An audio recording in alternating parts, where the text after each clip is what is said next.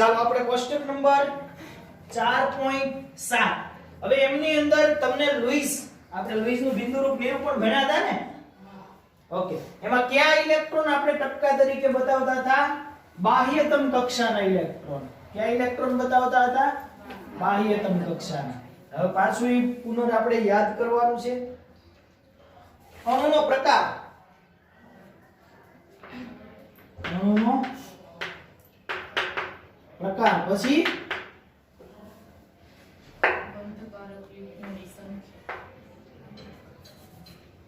પછી અબંધકારક યુગ્મની સંખ્યા પછી ઇલેક્ટ્રોન યુગ્મની ગોઠવણી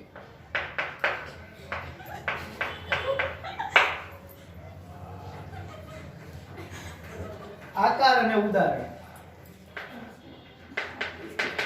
આકાર અને ઉદાહરણ હવે જુઓ આપણે પહેલું ટેબલ ભણ્યું ને એની અંદર એવું કહેતા હતા કે AB પ્રકારનો કોઈ પણ અણુ હોય તો એ કેવો હોય રેખીય હોય આવો હોય A B પ્રકાર તો આનો મતલબ શું થઈ ગયો કે બે પરમાણુઓ છે માનો કે આ H F છે તો H ને હું A કહું F ને હું B કહું તો આની ગોઠવણી કેવી થાય AB કેવી થાય રેખીય થાય થાય કે નહીં રેખીય હવે આની અંદર મારે બોન્ડ પેર ગણવું હોય તો જો મારે જોતા છે કે બોન્ડ પેર ઇલેક્ટ્રોનની સંખ્યા કેટલી છે એક અબંધકારક ઇલેક્ટ્રોન છે કોઈ આમાં માનો કે H2 છે આ હાઇડ્રોજન ને આ હાઇડ્રોજન છે આમાં છે કોઈ અબંધકારક ઇલેક્ટ્રોન નહીં અણુ પછી એની ગોઠવણી કેવી થાય તો ગોઠવણી આવી થાય અને આકાર કેવો થાય તો રેખીય કેવો થાય રેખીય પણ માનો કે અહીંયા આવું આપી દીધું AB2E કેવું આપ્યું AB2E E મતલબ શું બતાવે ઇલેક્ટ્રોન ક્યાં ઇલેક્ટ્રોન તો કે એના લોન પેર ઇલેક્ટ્રોન ક્યાં ઇલેક્ટ્રોન લોન પેર જે બંધમાં ભાગ નથી લેતા એવા ઇલેક્ટ્રોનને E વડે બતાવ્યું કેવો શેના વડે બતાવે છે E વડે પેલો તમને આપેલો છે AB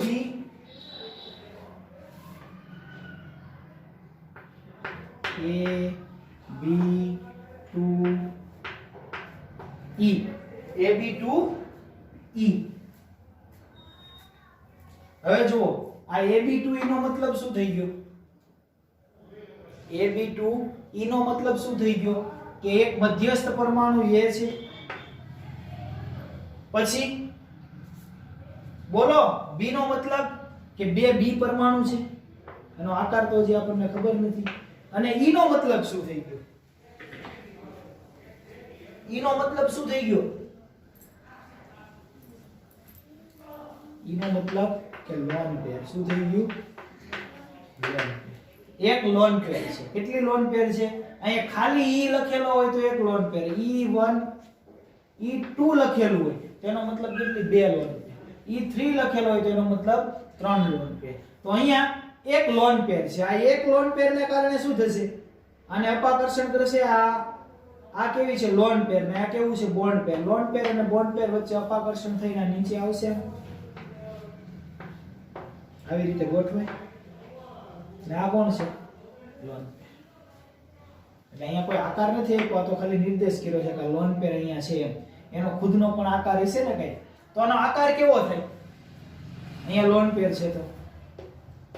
વળેલો થાય કેવો થાય વળેલો આકાર થશે એવોનું ઉદાહરણ જોતું હોય તો SO2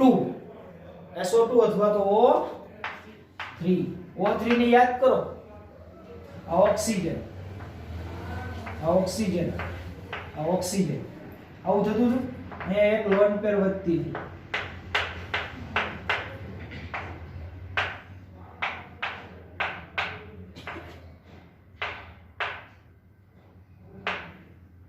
આખું સવર્ગ સહસેવિક બંધ બનાવતો તો આ અને આ B છે આ પણ B કહું આને હું શું કહું A કહું A પાસે કેટલી છે એક અયુગ્મિત ઇલેક્ટ્રોન છે આ એના કારણે આનો આકાર કેવો છે વળેલો ઈ કેવો આકાર થઈ ગયો એનો વળેલો એનું ઉદાહરણ છે SO2 અને O3 ત્યાર પછી છે AB3 AB3E AB3E AB3 એ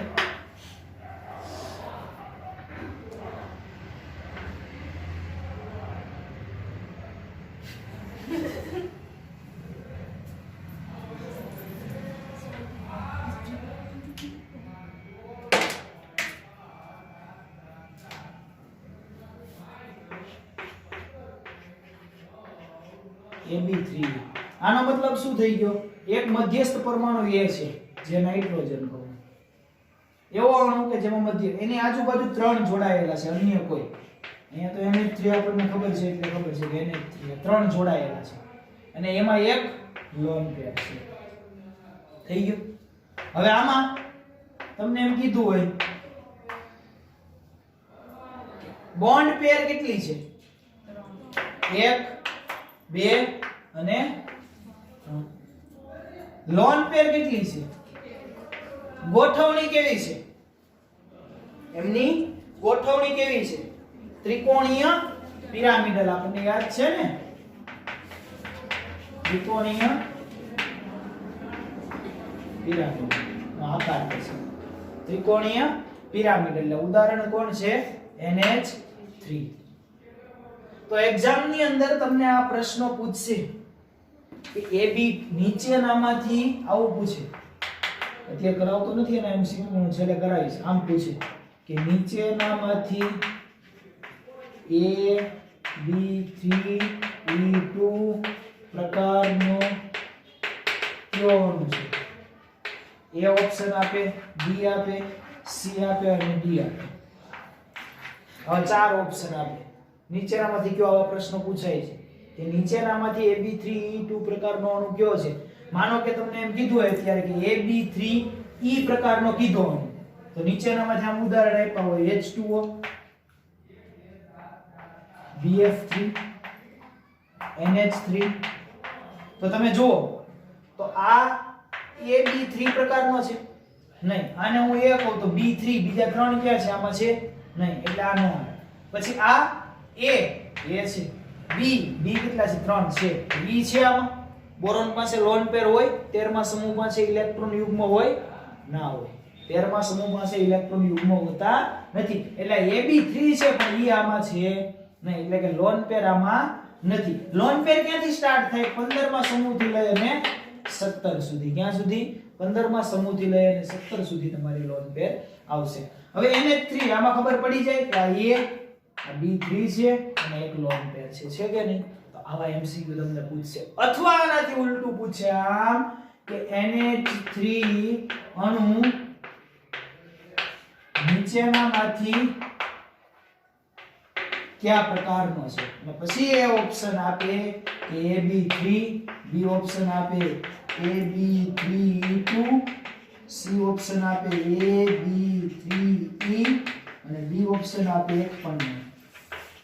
તો ખબર પડી જાય આ કયા પ્રકારનું અણુ છે આના ઉપરથી એટલા માટે ટેબલ અગત્યનું છે અને એનો આકાર યાદ રાખવાનો પછી સીધો હજી એક સવાલ એવો પૂછે કે AB3E પ્રકારના અણુનો આકાર કેવો હોય છે નીચેનામાંથી તો આપણને ખબર હોવી જોઈએ કે ત્રિકોણીય પિરામિડલ હોય છે એટલે બધી રીતે આમાંથી સવાલ બને આ ટેબલમાંથી એટલે ટેબલ છે આપણું કેવું છે ખૂબ અગત્યનું છે ચાલો ત્યાર પછી AB2E2 AB2E2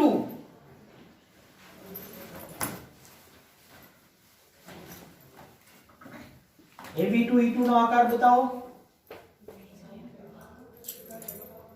કેવો હોય AB2E2 E2 નો મતલબ બે લોન પેર કોની પાસે હોય ઓક્સિજન પાસે હોય બંધકારક કેટલા છે 2 અબંધકારક કેટલા છે 2 આકાર કેવો છે વળેલો AB2E2 ત્યાર પછીનો આકાર આપેલો છે તમને AB4E AB4E આ સમજ્યા જેવો છે અને એમાં ઉદાહરણ આપેલું છે SF4 SF4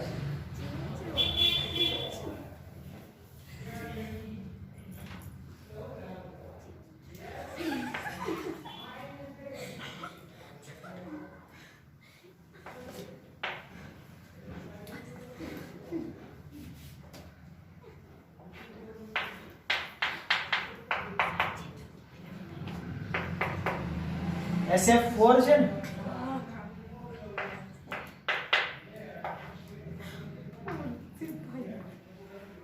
માયા લોન કર આપેલી છે મેં અહીંયા લઈ ગઈ છે તો બધી જગ્યાએ હોય એવું જરૂરી નથી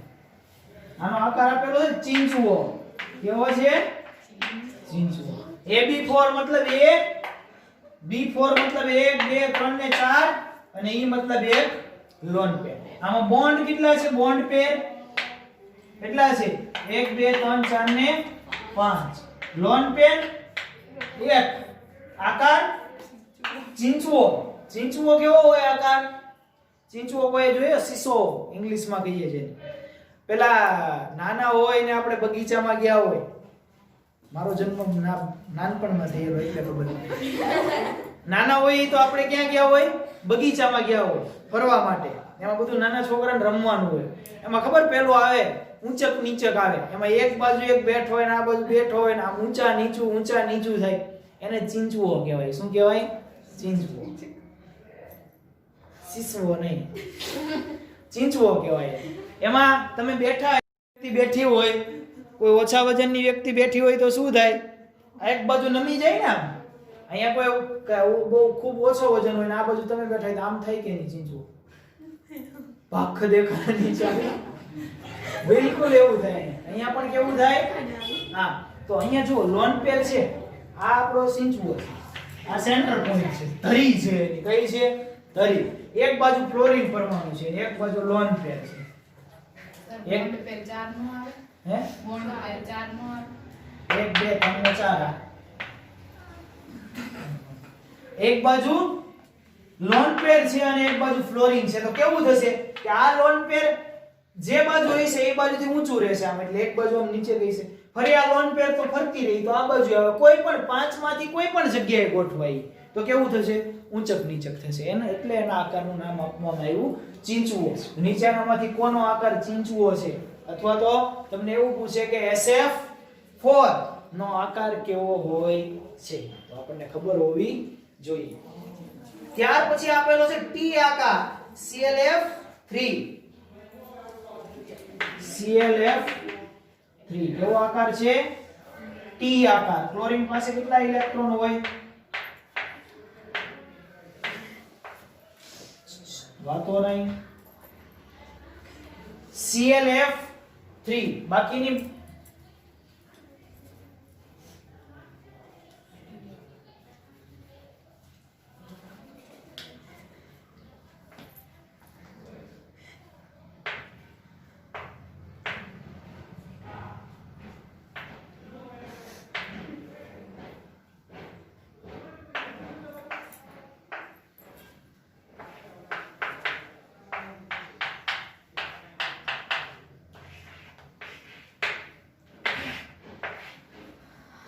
T આકાર કેવો છે T આકાર કોનો છે AB3E2 કેટલા આમાં બોન્ડ પેર 1 2 ને 3 કેટલા લોન પેર 2 આવડી જાય હવે એ ટેબલ આખું નીચે સુધી જોઈ લો પછી સમચોરસ પિરામિડ ઈ કેવો છે સમચોરસ પિરામિડ ખબર છે સમચોરસ પિરામિડ કેવો હોય આકાર મેં દોરીને બતાવ્યો તો તમને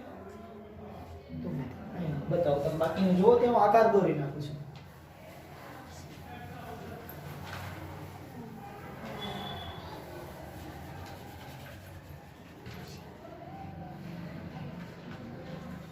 SF ERF5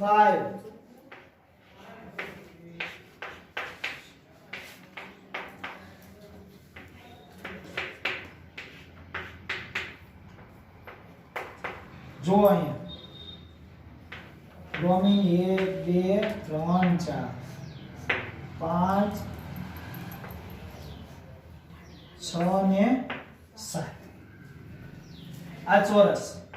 કેવો ચોરસ બન્યો આ સમચોરસ અને કેવો છે પિરામિડ તો પિરામિડ આના ચારે ચાર ખૂણે ટચ કરતો હોય આ 1 આ 2 આ 3 અને આ 4 થઈ ગયો અને આ તો કોણ છે લોન પેર છે હવે દ્વિપિરામિડલ આવે તો સમચોરસ સમતલીય ચોરસ AB4E2 એ તો સમતલીય ચોરસમાં આવું થઈ ગયું AB4 હાલો સમતલીય ચોરસ અને E2 એટલે બે લોન પેર આ એક અને આ બે. અથવા અહીંયા જો એના ઇલેક્ટ્રોન યુગ્મની ગોઠવણીનો આકાર આપેલો છે તમને અષ્ટફલકીય. જો ઇલેક્ટ્રોન યુગ્મની ગોઠવણી કરીએ તો એનો આકાર કેવો થાય અષ્ટફલકીય અને ના કરીએ તો અષ્ટફલકીય એટલે કેવો આવો જો આવો બને અષ્ટફલકીય. આ કોઈ એક A પરમાણુ છે આ B આ પણ B આ પણ B આ પણ B અને અહીંયા જો લોન પેર ગોઠવવામાં આવે તો એને તો હું કહી દઉં છું L જેથી ખબર પડે કે આ લોન પેર છે આ લોન પેર. જો આની ગોઠવણી કરીએ તો અષ્ટફલકીય બધી જ બાજુ કેવી થાય સમાન આ આને સમાન આ આને સમાન આ આને સમાન આ આને સમાન એવી રીતે આ આને સમાન આ આને સમાન આ આને સમાન આ આને સમાન આ થઈ ગયો આખો અષ્ટફલકીય. ઓ થઈ ગયો અષ્ટફલકીય. પણ ક્યારે અષ્ટફલકીય જોવા મળે જ્યારે લોન પેરની ગોઠવણી કરીએ ત્યારે. અને જો લોન પેરની ગોઠવણી ના કરીએ તો કેવો હોય સમતલીય ચોરસ. કેમ કે એમાં બે લોન પેર ગોઠવીએ ત્યારે જોવા મળે છે આ આકાર. તો તમારે બધા આકાર રાખવાના બે આકાર થશે બધાના. કેવા થશે બે આકાર થશે બધાના ટેબલ ની અંદર. તો બંનેના બે આકાર તમારે શું કરવાના છે યાદ રાખવાના છે. હવે પાછળ ફેરવો. પાછળ જે કઈ તમને આપેલું છે એ આપેલું છે કે AB2E પ્રકાર. હવે જનરલી એવું થાય કે AB2E પ્રકાર છે તો એમાં એક લોન પેર હોય. એ એક લોન પેર આવે એટલે એનું શું થાય કે એનું અપાકર્ષણ થાય. અપાકર્ષણ થાય એટલે એનો એંગલ બને. જો આમાં બે લોન પેર આવે માનો કે મારી પાસે H2O છે અને બીજો એક અણુ છે આપેલો છે મારી પાસે SO2 છે. કોણ છે SO2. તો H2O અને SO2 બંનેની અંદર ફરક કેટલો છે તો કે H2O નો અણુ છે એ આવો છે એમાં બે લોન પેર ધરાવે છે અને SO2 નો અણુ આવો છે ઈ કેવો ધરાવે છે એક લોન પેર ધરાવે છે. તો આનું અપાકર્ષણ લાગશે આને બોન્ડ પેરને આનું અપાકર્ષણ લાગશે બોન્ડ પેરને. બંને ઉપર લોન પેર છે પણ ફરક એટલો પડશે કે આમાં અપાકર્ષણ વધારે લાગશે. તેથી આનો બોન્ડ એંગલ કંઈક અલગ હશે આનોય બોન્ડ એંગલ કંઈક અલગ હશે. આ કેવો છે AB2E2 અને આ AB2E. તો હું ઓછી લોન પેર છે તો આનો બોન્ડ એંગલ એ અલગ હશે અને આનો બોન્ડ એંગલ એ અલગ હશે. તો બંનેના બોન્ડ એંગલ કેવા હોય અલગ અલગ. તો તમને પરીક્ષાની અંદર બોન્ડ એંગલ પણ પૂછે છે કે નીચે આપેલા સંયોજનોને બોન્ડ એંગલના ચડતા ક્રમમાં લખો. ઉદાહરણ આપે નીચે H2O SO2 આવું કે A option BF4 B option આપે NH3 C ઓપ્શન આપે H2O અને D ઓપ્શન આપે SO2. એમ કે બંધ કોણનો ચડતો ક્રમ લખો. આવું કે બંધ કોણનો ચડતો ક્રમ લખો. પ્રશ્ન આવા પૂછાય છે. જે હું પ્રશ્ન બોલું છું એ રીતના બધા પ્રશ્નો પૂછાય છે. તો આપણને બંધ કોણનો ચડતો ક્રમ જોતો હોય બધાને આપણે યાદ રાખવાના. પાછું એવું નથી કે એક લોન પેર આવે એમાં. હવે આ AB2 પ્રકાર છે ઈ છે. હવે AB3 માંથી આવું આવે કે નહીં તો આનો બોન્ડ એંગલ કંઈક અલગ હોય. ટૂંકમાં બધાના બોન્ડ એંગલ અલગ અલગ આવશે. તો આપણે શું કરવાનું આપણે સંકરણ શીખી જવાનું. શું શીખી જવાનું સંકરણ. સંકરણ ઉપરથી શું શીખવાનું? બંધકોણ. બંધકોણ ઉપર સંકરણ ઉપરથી બંધકોણ, બંધકોણ ઉપરથી બંધ લંબાઈ. બંધ લંબાઈ ઉપરથી બંધ કોણ. ટૂંકમાં આ આવડે તો આ બધું આવડે. આ આવડે તો આ બધું આવડે. એટલે આપણે સંકલન શીખશું એમની અંદર આ બધા એકી સાથે આ પછી ફરી પાછા બધા પાછા આવશે ટોપિક રિપીટમાં. મતલબ આવી થિયરી નહીં આવે પણ કઈ રીતે શોધવાનો, બંધકોણનો ચડતો ક્રમ શીખવો હોય તો કઈ રીતે કરવાનો. પણ ટેક્સ્ટમાં જે આપેલું છે એમાં તમારું આપેલું છે જુઓ, છેલ્લે આપેલું છે ને AB4E એ પૂછાઈ ગયું નીટની અંદર. AB4E ઈ પેજ ઉપર